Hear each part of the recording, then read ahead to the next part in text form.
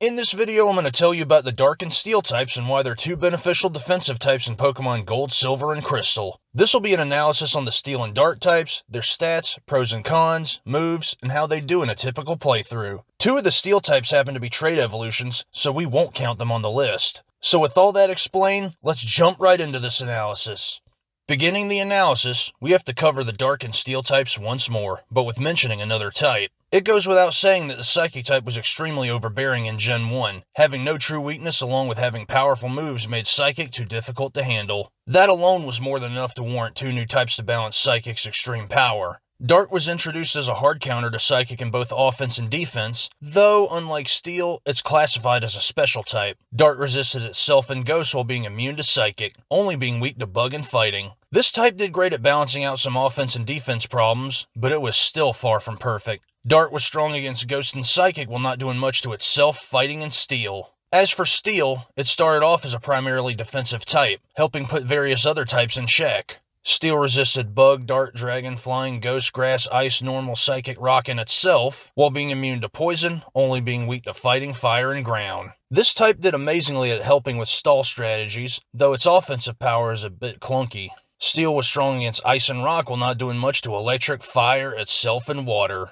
Starting the list of Pokemon for Dark types, we have the very best Dark type of Gen 2, Tyranitar. It's interesting to point out that Tyranitar's first design wasn't in the Pokemon Gold Space World demo, but there was an unused creature from Pokemon Green that had a striking resemblance to Tyranitar. The creature was called Gyan, but unlike Tyranitar, its body had more chubby proportions. Tyranitar has 100 HP, 134 attack, 110 defense, 95 special attack, 100 special defense, and 61 speed. With stats like those, it's no wonder Tyranitar is a heavily sought after rock type for any Gen 2 team. Tyranitar's good traits are having amazing well-rounded stats, has a normal resistance and a psychic immunity, has a ton of coverage moves, has the strongest rock slide in game, can do hyper offense and stall very well, but that's it. Tyranitar's bad traits are having low speed, having common weaknesses, not being obtainable until Mount Silver, but that's also pretty much it. There's literally nothing bad to say about Tyranitar. Its positives more than make up for its negatives. Tyranitar's move pool is so vast and varied that it can literally be a one Pokemon team. Though you'll have to train up Larvitar for very many levels before you can get Tyranitar, it'll still be very much worth it in the end. Up next, we have the second best Dark type of Gen 2, Houndoom. Unlike Tyranitar, Houndoom actually appeared in the Pokemon Gold Space World demo, though interestingly enough, Houndoom was only a pure fire type back then. Houndoom has 75 HP, 90 attack, 50 defense, 110 special attack, 80 special defense, and 95 speed. It's similar to Tyranitar in its mixed attacking potential, but Houndoom is much faster yet far more fragile. Houndoom's good traits are having high attack, special attack, and speed, able to hit hard with both of its types, having good coverage, has the strongest crunch in game, but again that's it. Houndoom's bad traits are having low defense, being weak to common types, not obtainable until the Kanto revisit, being tricky to catch as a Houndour since it roars, but that's also it. The wait to get a Houndour is well worth it since Houndoom proves to be one of the strongest fire types of Gen 2. It doesn't have as much coverage as Tyranitar, but Houndoom can still utilize great special attacks and has one good physical move in Shadow Ball. Though, had Houndour been obtainable much earlier, it would have been perfect for Johto's challenges since many of them are weak to fire and dart moves. Next up, we have the third best Dark type of Gen 2, Umbreon. Just like Houndoom, Umbreon's another creature that appeared very early in Pokemon Gold Space World demo. Also even more intriguing, Umbreon used to be a poison type instead. Its type probably got changed due to Dart being a vastly superior defensive type over poison. Umbreon is 95 HP, 65 attack, 110 defense, 60 special attack, 130 special defense, and 65 speed. Can't really call Umbreon a tank since its attack and special attack are very low, but the way those other stats are really makes Umbreon one of Gen 2's most annoying walls, especially since Bug and Fighting moves weren't fleshed out too much yet. Umbreon's good traits are having amazing bulk and defenses, having great status moves, has instant recovery and Moonlight, is the easiest Dart type to get before Kanto, but that's pretty much it. Umbreon's bad traits are having low offenses and speed, having weak same-type moves, having limited coverage, and being difficult to max out Eevee's happiness at night. While the wait to get Umbreon is worth it, having to max out its happiness is tedious. It also doesn't help that there's no number to indicate what Pokemon's happiness is, so that's another problem.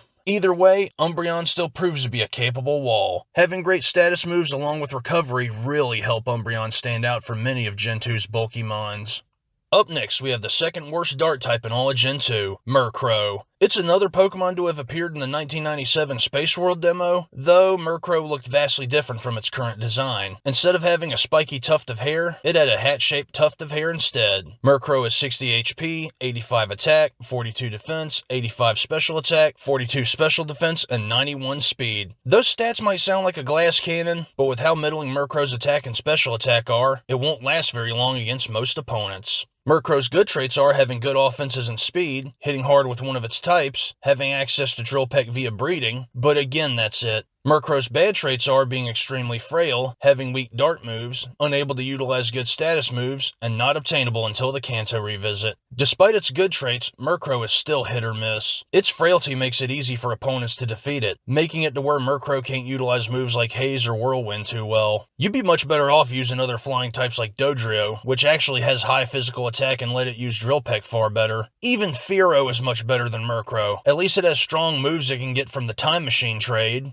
Saving the worst Dart type of Gen 2 for last, we have Sneasel. Similar to Murkrow, Sneasel did somehow appear in the Space World demo, but it had a completely different design from how it looks nowadays as well as being a pure Dart type back then. Though later on, Sneasel getting the combo of Dark Ice didn't do it any favors before the physical special split. Sneasel has 55 HP, 95 attack, 55 defense, 35 special attack, 75 special defense, and 115 speed. While those stats look really good on the surface, it's also less than ideal due to both of Sneasel's types using its horrible special attack. Sneasel's good traits are having great attack and speed, getting Shadow Ball and Dig as coverage, but I mean that's just about it. Sneasel's bad traits are having low special attack, being unable to utilize its same type moves, having exploitable weaknesses, having limited coverage, and not being obtainable until Mount Silver. However, while Sneasel is obtainable at the Ice Path and Crystal version, there's still far better options for ice types in Johto. You'd be far better off with Piloswine, at least it has usable special attack along with having access to Earthquake. Even Dugong is better to use than Sneasel, at least it has greater bulk and defenses along with far better special attack, letting Dugong utilize water and ice moves way better. Most other normal types are better than Sneasel, which makes it not recommended for a typical playthrough. Moving on to the list of Pokemon for Steel types, we have the very best Steel type of Gen 2, Skarmory. It's interesting to note that Skarmory was one of the earliest Pokemon introduced in the 1997 Space World demo. Skarmory has 65 HP, 80 attack, 140 defense, 40 special attack, and 70 special defense and speed. Might look like middling stats across the board, but Skarmory has sky-high defense backed up with a great typing. Skarmory's good traits are having great defense, having many resistances and 2 immunities, having access to Drill Peck via breeding, being able to boost its speed with agility, but that's about it. Skarmory's bad traits are having average HP and special defense, being weak to fire and electric moves, not being available in Gold version, and being stubbornly hard to capture. While there's some downsides to Skarmory, it still proves its worth for any team. However, it might require a good bit of training to be powerful. Even though Skarmory has the strongest same-type move of any readily obtainable Steel type, it's still appreciated having additional moves like Toxic or Sandstorm to get through stubborn opponents. Up next, we have the second best Steel type of Gen 2, Forretress. It's one of the very few Pokemon to gain the Steel type from evolving, which will benefit Forretress a lot. Forretress has 75 HP, 90 attack, 140 defense, 60 special attack and special defense, and 40 speed. Again, a very similar stat distribution to what Skarmory has, but Forretress stands out due to having more utility. Forretress's good traits are having huge defense, having a ton of resistances, having self-destruct and explosion for big damage, having access to spikes, having rollout as coverage, but that's about it. Forretress's bad traits are having average HP, having low special defense, being badly weak to fire, being difficult to catch as a Pineco since it self-destructs, but yet again that's it. Despite its downsides, Forretress proves to be formidable against many opponents. However, it'll also need additional setup moves to do great against difficult walls. Forretress might get a same type move from Pen Missile from breeding with a male Beedrill, but why risk it when Forretress has far better moves? Either way, Forretress makes for a great counter to the overly strong Psychic type. Next up, we have the third best Steel type in Gen 2, Magneton. For over a decade, Magnemite and Magneton were the only 2 Pokemon from the first set of games to get a new type retconned onto them, being Electric Steel in the process. Magneton has 50 HP, 60 attack, 95 defense, 120 special attack, 70 special defense, and 70 speed. Unlike the other 2 Steel types before, Magneton's stats focus on high special attack, letting it stand out from other Steel types. Magneton's good traits are having high special attack, having multiple resistances weaknesses and an immunity, being able to learn helpful TMs from Gen 1, being easy to find and capture at Route 38, but that's pretty much it. Magneton's bad traits are having low HP, having average special defense, being weak to fire and fighting moves, needing hidden power for special coverage, having a chance to run away when you find it as a Magnemite, but that's also it. Even though it's not as great as the other two steel types, Magneton still shines brightly against most opponents. Though, since Magneton is a very shallow move puddle, it'll appreciate support from other teammates. Big surprise, right? But either way, Magneton can make for a good defensive Electro-type with some great capabilities. Finally, we move onwards to the moves of the Dark and Steel types, and while some moves might look weak, other moves are powerful and helpful. Starting with the Dart moves, we have Bite. It's only the first Dart move due to existing in Gen 1, but it instead started off as a normal type move. Bite is 60 power, 100 accuracy, and 25 power points. It started off with a 10% chance to flinch the target in Gen 1, but it got buffed to a 30% chance in Gen 2, improving Bite a lot. Pursuit is the first proper Dart move, and one of the most useful ones as well. Pursuit is 40 power, 100 accuracy, and 20 power points, inflicting twice as much damage on targets that try switching out. While Pursuit won't be great in typical playthroughs due to 99% of trainers in Gold, Silver, and Crystal never switching out, it's a far better move in competitive battles since players switch out Pokemon all the time. Feint Attack is nowhere near as popular as Pursuit, but still helpful for typical playthroughs. Feint Attack is 60 power and infinite accuracy with 20 power points, ignoring accuracy and evasion checks to attack the target. That alone makes Feint Attack a helpful Dart move for any Pokemon. Thief is the most widely known Dart move and the most helpful for playthroughs and competitive alike thanks to its secondary effect. Thief is 40 power, 100 accuracy, and 10 power points, stealing the target's item if the user isn't holding an item.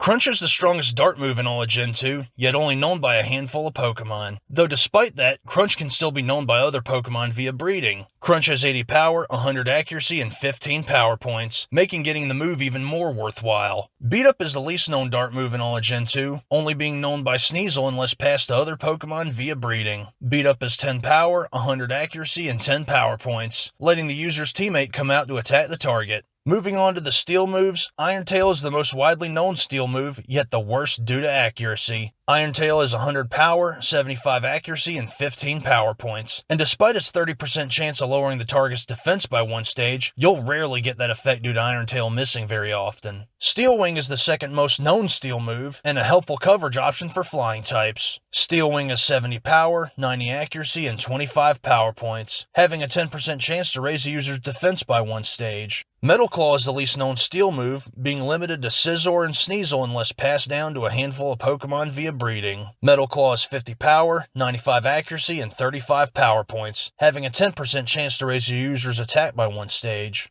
Finally, we make it to how each Dark and Steel type does in a typical playthrough, and it's surprising that most of them won't utilize Hyper Offense to win. One interesting thing to note is that most Dark types won't do good against Chuck or Bruno most of the way, so an additional ally might help in some places. Starting off with the Dart types, Tyranitar would do best against Faulkner, Bugsy, Whitney, Morty with Bite, Jasmine with Dig, Will, Koga except Fortress, Bruno Zonix with Earthquake, Karen except Vileplume, Lance's Charizard and Aerodactyl, Lieutenant Surge, Sabrina, Erica's Jumpluff with Rock Slide, Janine, Brock except Amistar and Kabutops, Blaine, Blue's Pidgeot, Alakazam, Executor, and Arcanine, Silver's Sneasel, Crobat, Magneton, Gengar, Alakazam, and Typhlosion, Rocket's Raticate, Weezing, and Houndoom lines, and Red's Pikachu, Espeon, Snorlax, and Charizard. Houndoom will do best against Bugsy, Morty, Jasmine, Price's Piloswine, Will, Koga's Bug types, Bruno's Onix with Solar Beam, Karen's Vileplume and Gengar, Lieutenant Surge's Magneton, Sabrina, Erica, Janine's Bug types, Brock with Solar Beam, Missy's Quagsire with Solar Beam, Starmie with Crunch, Blue's Alakazam and Executor with Crunch, Rhydon with Solar Beam, Silver's Sneasel, Magneton, and Meganium with Flamethrower, Gengar and Alakazam with Crunch, Feraligatr with Solar Beam, Rocket's Vileplume line, and Red's Espeon and Venusaur.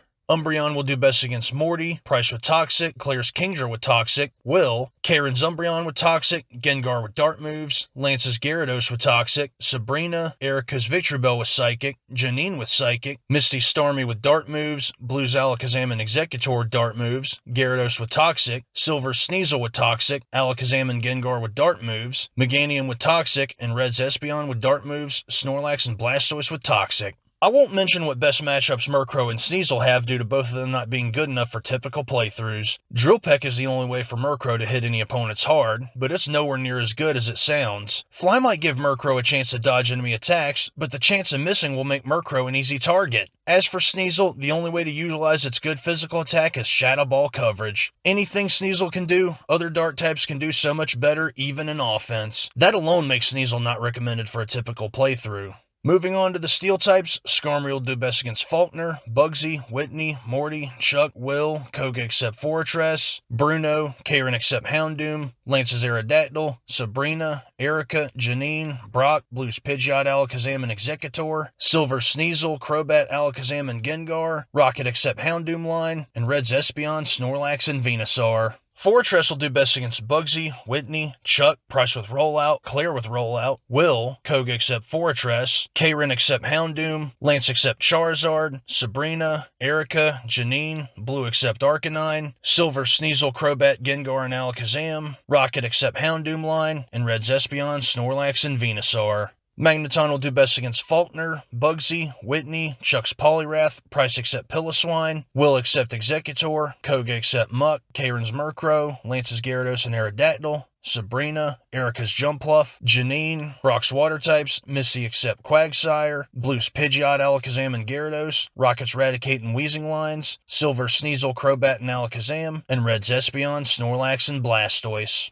In conclusion, the Dark and Steel types were great in their debut, Dark being the much-needed counter to balance Psychic and Ghost, while Steel balanced out many other formerly busted types and statuses, even balancing out itself in Dark. Though, by Gen 3, Dark and Steel get bolstered to new heights. We finally get Dark types that are good at offense while getting two Steel types that are great at defense. It'll also get even better by Gen 4 when the physical special split comes in, making Dark types finally have physical moves while Steel types finally get special moves. Much needed buffs for Johto's new types. Hey look, that's all I got for now. If you enjoyed my analysis on the Dark and Steel types, please give it a like or comment telling me what you enjoyed the most about this video. Until next time, have a good day.